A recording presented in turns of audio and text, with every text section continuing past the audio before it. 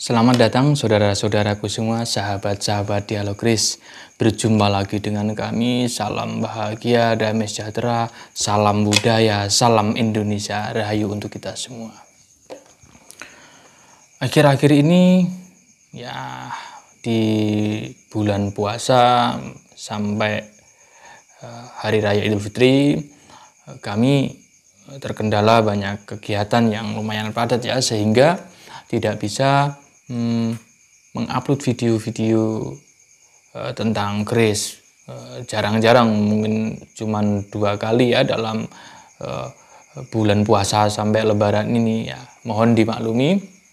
Nah, untuk kali ini maka saya akan berusaha lebih sering memberikan materi-materi tentang budaya Tosan Aji. Banyak sekali request, permintaan dari sahabat-sahabat Dialog Kris tentang budaya perkrisan. Banyak yang komentar di kolom komentar itu menulis sesuatu, meminta agar dijelaskan tentang suatu hal yang berhubungan dengan Kris. Ada yang chat pribadi, ada yang telepon. Nah, ini setiap hari saya melayani sahabat-sahabat yang menghubungi saya lewat chat pribadi maupun telepon. Nah, ini tidak masalah, saya justru senang sekali karena ini bertanda bahwasanya channel Dialog Kris banyak diterima oleh kalangan-kalangan pecinta budaya perkrisan. Nah, untuk kesempatan kali ini mungkin saya belum bisa memenuhi permintaan dari sahabat-sahabat yang menghubungi saya secara langsung, baik itu lewat chat maupun telepon, atau juga memberikan komentar di kolom komentar. Karena apa? Karena untuk membawa sebuah materi dalam dunia dunia Kris itu, saya harus menyiapkan data-datanya. Seperti biasanya saya upload datanya, apa dasar saya berpendapat seperti itu. Jadi saya harus membuka naskah-naskah lama saya. Jadi ini butuh waktu ya. Nanti dicari halamannya mana yang menerangkan. Menurut saya sedikit ingat gitu. Tapi kan saya harus benar-benar mampu menunjukkan dasar apa yang menjadikan dasar saya menyampaikan pengetahuan tersebut. Nah, untuk kesempatan kali ini saya ingin merefresh ya, memberikan penyegaran, tidak melulu memberikan materi-materi yang sifatnya dasar seperti biasanya. Namun kali ini saya akan mereview sebuah keris yang bisa dikatakan sangat langka sekali. Keris Tuban Pamor Miring.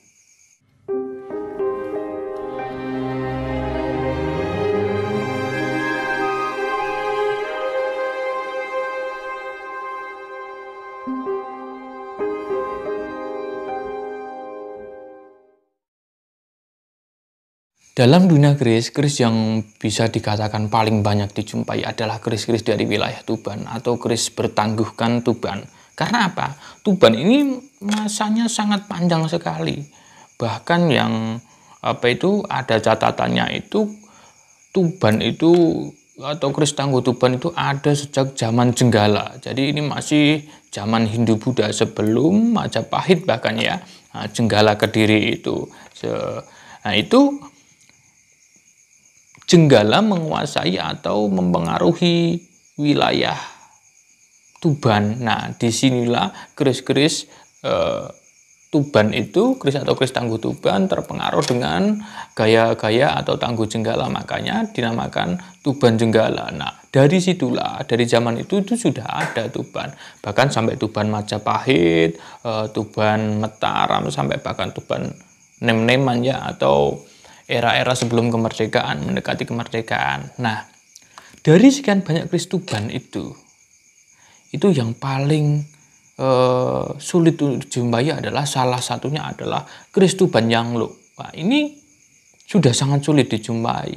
Ada beberapa yang pernah saya temui itu pun sudah disimpan oleh kolektor-kolektor lama ya, kolektor-kolektor lawas yang memang mampu atau berani mengeluarkan biaya yang lebih untuk menebus keris Tuban yang berjenis selok itu. Nah, ini di kalangan perkrisan atau dunia perkrisan, di luaran kalangan kolektor ini sudah jarang jarang ditemui. Nah, selain itu yang tidak kalah sulit dijumpai adalah keris tuban dengan pamor miring. Nah, kalau cuma sekedar miring, pamor miring ini banyak dijumpai di kalangan saudara-saudara perkerisan atau pecinta tosan aji atau bahkan kolektor. Namun yang dimaksud langka pamor miring yang bagaimana? Nah, inilah. Kalau kita melihat keris-keris tuban pamor miring seperti Junjung Derajat atau seperti Rojo Apolo Rojo, lalu untuk pamor-pamor adek ya, soto saler, ini masih bisa dijumpai. Meskipun yang baik sesuai pakem perkerisan, pamornya mapan, jadi dan sebagainya itu juga sudah tidak mudah, sudah sulit sekali. Apalagi pamor-pamor miring yang sifatnya terbatas. Nah, kali ini saya membawa sebuah keris yang saya dapatkan dari seorang kolektor lawas, kolektor nasional. Beliau kebetulan hidup di ibu kota dan awalnya dulu konon katanya ya yang saya dengar informasinya itu beliau adalah salah satu pendiri sebuah bank swasta terbesar di Indonesia yang sekarang diambil alih oleh negara. Nah, beliau punya link atau kedekatan-kedekatan dengan orang-orang keraton dan juga orang-orang terah-terah dari keraton. Makanya beliau mampu atau bisa mendapatkan keris-keris yang bisa dikatakan langka dan kategorinya limited edition. Nah, kali ini saya membawa keris yang saya bicarakan tadi. Sebuah keris yang bertangguhkan tuban dan pamornya miring, tapi miring yang langka. Keris ini disandangi dengan sandangan yang cukup unik ya. Meskipun saya rasa ini bukan sandangan asli bawaan zaman dahulu, ini sudah diganti. Tapi ini semuanya warangkanya ini warangka lawas, warangka lama. Dan uniknya ini tidak seperti warangka pada umumnya. Yang membedakan adalah ini bahannya. Bahan dari warangka ini adalah kayu pandan laut.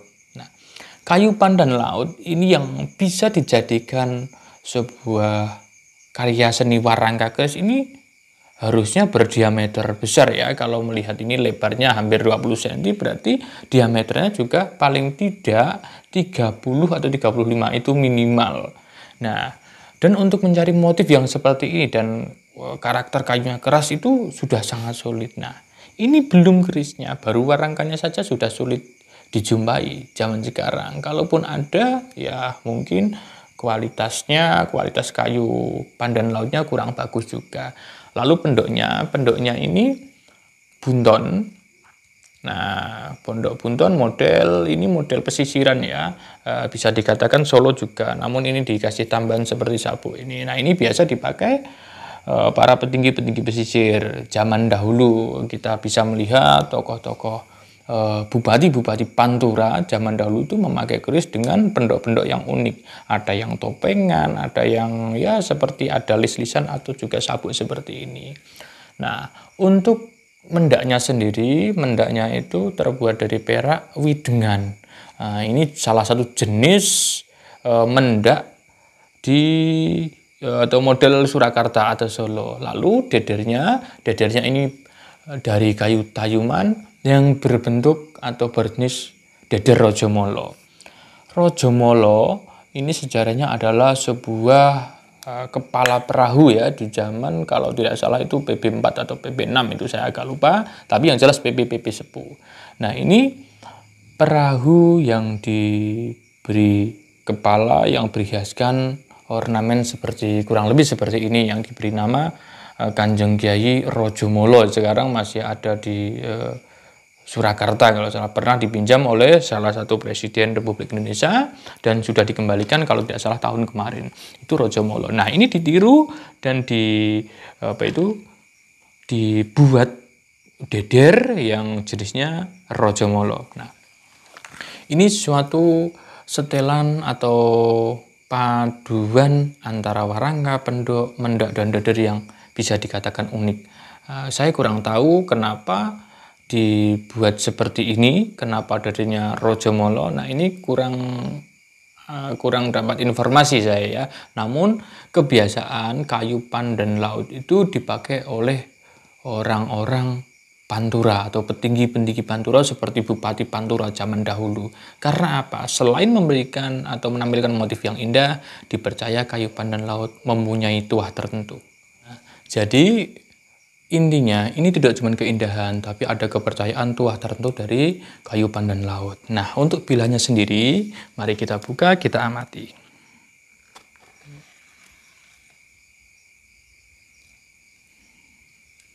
Nah, ini keris ini yang saya bicarakan, yang saya sampaikan, yang saya katakan bahwasanya ini adalah keris Tuban. Setelah kami mengamati baik dari sosok bilahnya, besinya, kualitas besinya, bagaimana tantingannya, berat ringannya, lalu model muncul titikan penangguhan. Nah, ini kami meyakini ini adalah keris Tuban. Namun masih ada keraguan sebetulnya. Kenapa?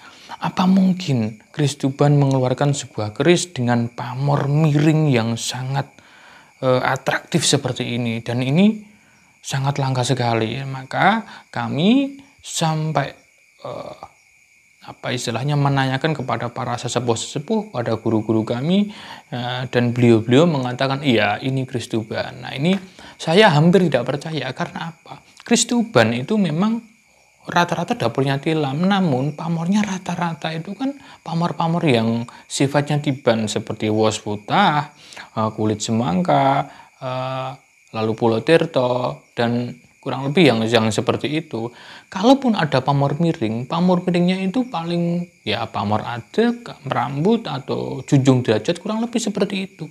Karena apa? Karena ini mencerminkan orang-orang Tuban. Orang-orang Tuban itu apa yang dicari? Kebanyakan mereka itu para saudagar. Jadi kerisnya keris-keris yang berhubungan dengan kerezekian, atau paling jauh ya inilah keris-keris yang sifatnya perlindungan seperti pamor singgir ya, pamor adek itu, lalu sodo saler, lalu juga ada pamor junjung derajat. Biar apa? Biar terangkat derajat mereka sebagai saudagar yang benar-benar terhormat. Nah, untuk keris ini kelebihannya adalah lain dari yang lain. Ini pamor miring, tapi miringnya bukan miring adek, bukan miring junjung derajat, tapi pamor ini namanya pamor ganggang kanyut. Ganggang itu adalah hewan yang hidup di air itu. Kalau kita melihat di sungai itu ada seperti hewan yang bergerak-gerak seperti bergoyang-goyang itu. Nah, kanyut itu kalau di bahasa Indonesia kan sekarang adalah hanyut. Jadi hewan ganggang itu hanyut. Orang melihat ganggang yang hanyut, orang melihat pamor ganggang kanyut itu seolah-olah melihat hewan ganggang yang hanyut itu tadi. Nah, untuk tuah atau kepercayaan terhadap tuah dari pamor ganggang kanyut ini sendiri adalah sebuah buku yang dikarang atau diciptakan oleh salah satu senior perkerisan di awal abad 21 ya. Beliau adalah almarhum yang Bambang Harsrinuksmo. Nah, ini buku ini dibuat sekitar tahun 1985 itu untuk cetakan pertama. Nah, di sini dituliskan pamor ganggang kanyut tuahnya sama dengan pamor sekar lampes. Nah, berarti pamor ganggang kanyut ini tuahnya itu sama dengan pamor sekar lampes. Nah, lalu kalau kita lihat, kita baca, pamor sekar lampes itu bertuah mirip dengan pamor tumpal keli. Nah, ini dilarikan lagi ya, pamor tumpal keli. Kalau pamor ganggang kanyut itu tuahnya sama dengan pamor sekar lampes. Sedangkan pamor sekar lampes sendiri sama tuahnya dengan pamor tumpal keli. Nah, kalau kita cari di sini pamor tumpal keli tuahnya adalah baik untuk pergaulan, bisa menunjang karir karena pemiliknya akan disayang oleh atasannya. Pamor ini tidak memilih, bisa dipakai oleh siapapun. Nah, kalau pamor ganggang kanyut itu sama dengan pamor sekar lampes, sedangkan pamor sekar lampes sama dengan tumpal keli, berarti pamor ganggang kanyut ini tuahnya sama dengan pamor tumpal keli, yang dimana Bertuah bisa menunjang karir karena pemiliknya akan disayang oleh atasannya. Pamor ini tidak memilih, bisa dipakai oleh siapapun. Itu pamor tumbal keli. Nah, sedangkan ganggang kanyut itu sendiri sama seperti pamor sekar lampes dan tumbal keli, namun yang menonjol justru kewibawaannya. Kalau pamor sekar lampes dan pamor tumbal keli itu tidak memilih. Nah, untuk pamor ganggang kanyut ini sendiri tergolong agak memilih, tidak. Setiap orang akan cocok. Nah, jadi kenapa saya bilang tadi mengatakan bahwasanya keris ini bisa dikatakan limited edition. Pertama, memang dari keris tuban sendiri sangat sulit ditemui, bahkan sangat langka sekali pamor miring yang atraktif seperti ini. Apalagi jenis pamornya ganggang kanyut dan tergolong pamor yang memilih. Nah, ini bisa kita bayangkan siapakah yang memegang keris ini. Kalau orang-orang Tuban yang kebanyakan ala saudagar, mereka merawat keris-keris yang dapurnya mungkin kebanyakan tilam. Dengan pamor-pamor yang menyimbolkan sebuah penghidupan atau sebuah keduniawian melimpah. Maka yang kita temui sekarang adalah keris Tuban dengan pamor yang melambangkan sebuah kewibawaan tinggi. Tidak semua orang cocok. Dan memang sangat sulit dijumpai, bahkan selama saya belajar keris. Kalau saya ingat, saya mulai mengenal keris itu sejak masih remaja, saya masih sekolah, yaitu sekitar tahun 2002 ya. Jadi kalau sampai sekarang bisa dihitung kurang lebih 20 tahun. Nah, ini saya baru menemui satu kali. Berarti ini bisa dikatakan benar-benar ini edisi terbatas. Mungkin kalau ada yang lain mungkin hanya bisa dihitung jari. Namun saya baru menemui satu kali ini. Dari sekian banyak keris yang saya jumpai, dari sekian banyak keris Tuban yang saya jumpai, saya baru menemui keris Tuban dengan pamor ganggang kanyut seperti ini. Nah, salah satu atau kelebihan yang lain dari keris ganggang kanyut ini adalah, atau keris Tuban ini adalah besinya yang bagus. Nah, pengolahan besinya sangat bisa dikatakan sangat bagus untuk kategori keris Tuban, dan juga pamornya.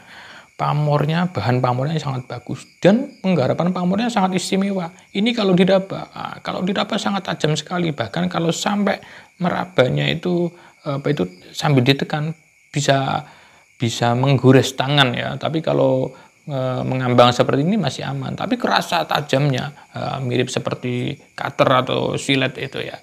Penafsiran kami, keris ini dulunya adalah dipakai oleh seorang yang punya jabatan tinggi di wilayah pesisir atau di wilayah Pantura sekarang, khususnya wilayah Tuban ya. Karena Tuban itu dulunya tempatnya para saudagar, tempatnya para pengusaha kaya raya. Dan ini tentunya zaman dahulu dalam memesan keris, orang yang memesan keris ini bukan orang sembarangan. Dalam hal segi ekonomi tentunya biayanya akan sangat mahal sekali kan. Baik para sahabat-sahabat dan saudara-saudaraku semua, sedikit penyegaran ya dalam channel ini. Saya akan mungkin sekali dua kali mereview sebuah keris, namun ya tidak setiap hari, karena untuk mencari sebuah keris yang bisa dikatakan keris baik, minimal keris baik ya, keris yang masih pakem dan tidak ada campur tangan orang sekarang, tidak diwai, tidak diapa-apakan, dan juga benar-benar sesuai dengan pakem perisan, itu sudah bisa dikatakan tidak mudah untuk dijumpai. Jadi saya harus berusaha benar-benar mungkin pinjam punya teman, atau kalau seandainya tidak boleh dipinjam itu harus dimahari dulu untuk kita review, karena tidak mungkin kita mereview membuka secara belak-belakan kepunyaan orang lain tanpa seizinnya. Nah, selain itu juga saya harus juga mempersiapkan bahan-bahan materi seperti dasar-dasar yang saya pakai, biar Anda semua, saudara-saudara semua itu ikut melihat, ikut membaca, oh apa dasar saya, sehingga saya ini tidak mengatakan yang tidak ada dasarnya. Sampai jumpa di lain kesempatan. Salam bahagia, damai sejahtera, salam budaya, salam Indonesia, rahayu untuk kita semua.